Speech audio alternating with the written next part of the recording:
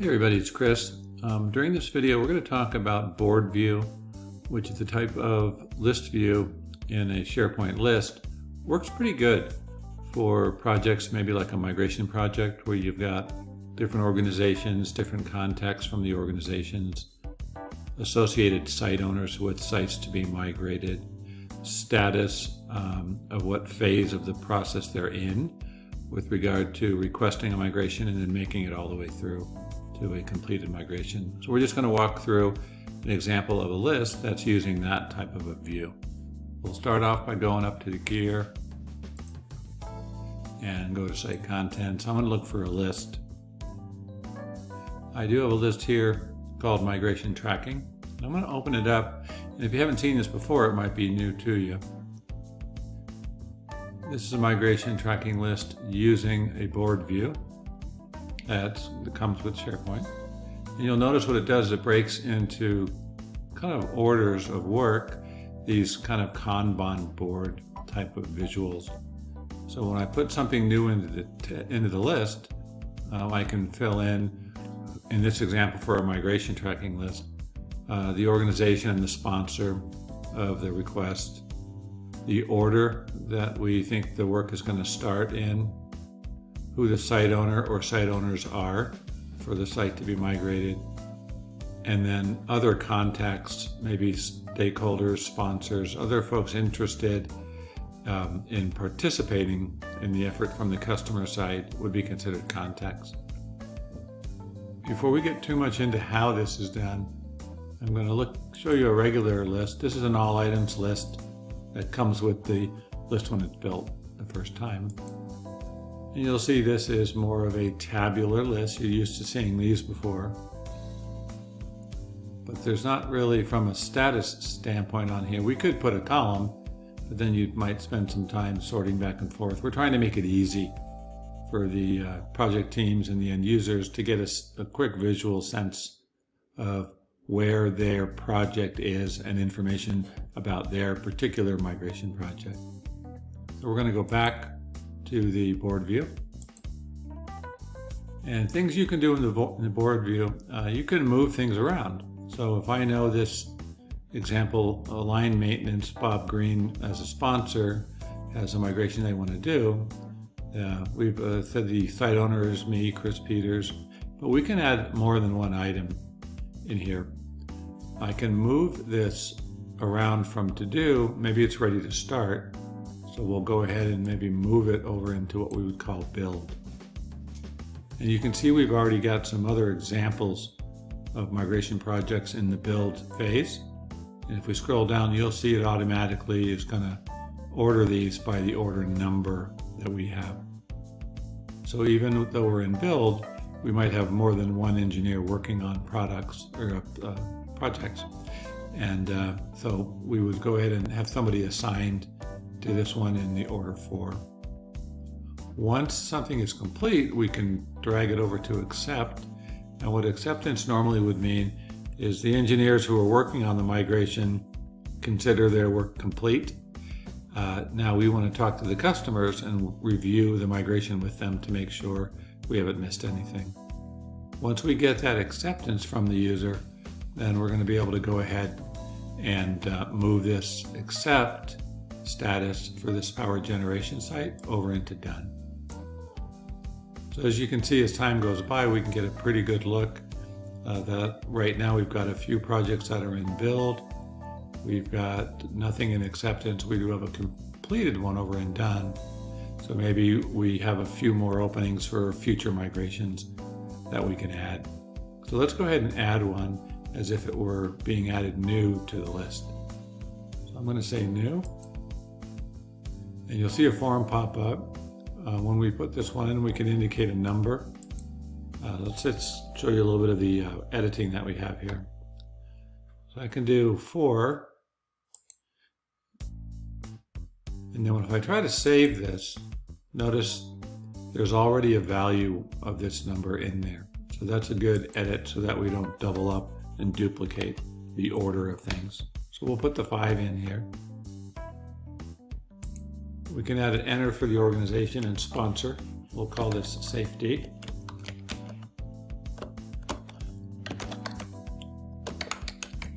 And the name of our sponsor for the safety organization for this migration is Bob Jones. We've got a pretty extensive notes area we can use here. This is an enhanced field for notes. I can put in comments here. Maybe I want to put in links to the source site, things like that, etc. But since I have this type of a field, I can play with my fonts here a little bit. Change the color.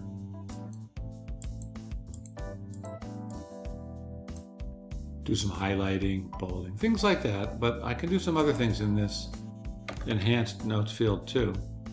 If I click on my ellipsis, my three dots here, I can also control the alignment of how things display here in the note. I can make lists that are bulleted, either numbers or just straight bullets. And what else can I do here? Basic indenting. In other words, if I've got some bullet lists that have sub-bullets in them, I can get that done. I can also insert an image. So if I have a particular image that I know the URL to, I can use this option here to put an image right into the note too. So pretty basic, but better than simply just having a text field only.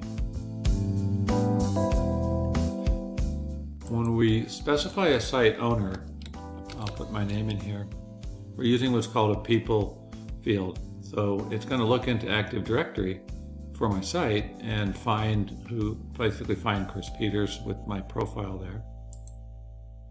I have these set up in this example to be able to put more than one site owner. So if you have more than one site owner that's engaging with the migration team, then we can put that person's name in there too. Finally, we've got two more fields. One is general contacts. These can be the people type of field too. And you can put more than one in here. Think of your contacts as interested parties who use the source site that might have some input or questions that we'd like to be able to answer for them when the migration project is underway.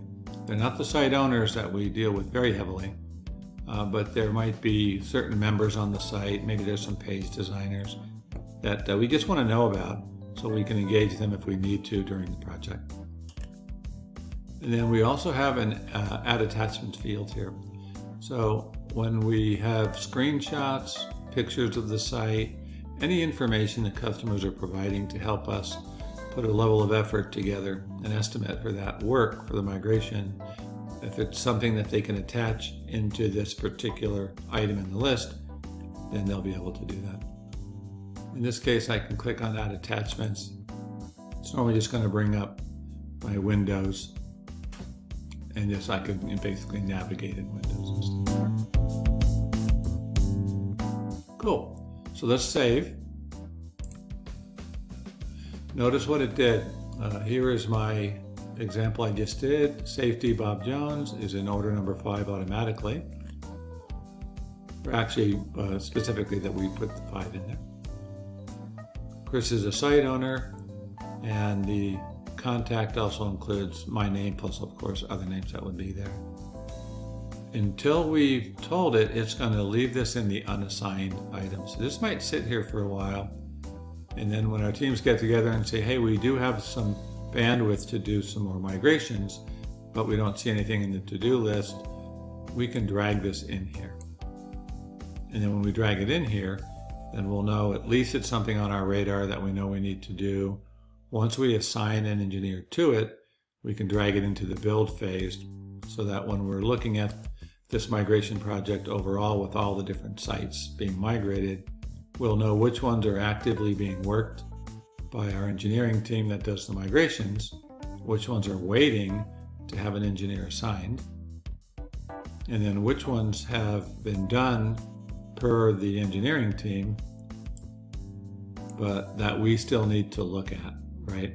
And make sure the customers are okay before we can consider it as done. All right, before we wrap up this video, I'm just going to show you some of the ways we do settings in the board view. So up here, I'm looking at the board view. I have a couple of options here. One is edit the current view. There's also one called Customize the Card. So that would be this card here.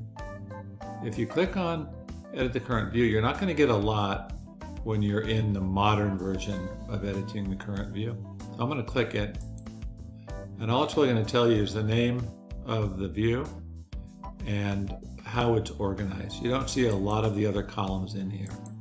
We're just specifying that basically this list in board view look really needs to know what column it's using for each of the stages. So these would be known as the status. That's why we have that one there.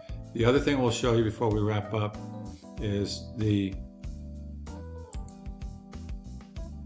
customizing the cards. Let's look at what that opens up for you. So this is where we're showing the order, and we can drag these around. See, like that.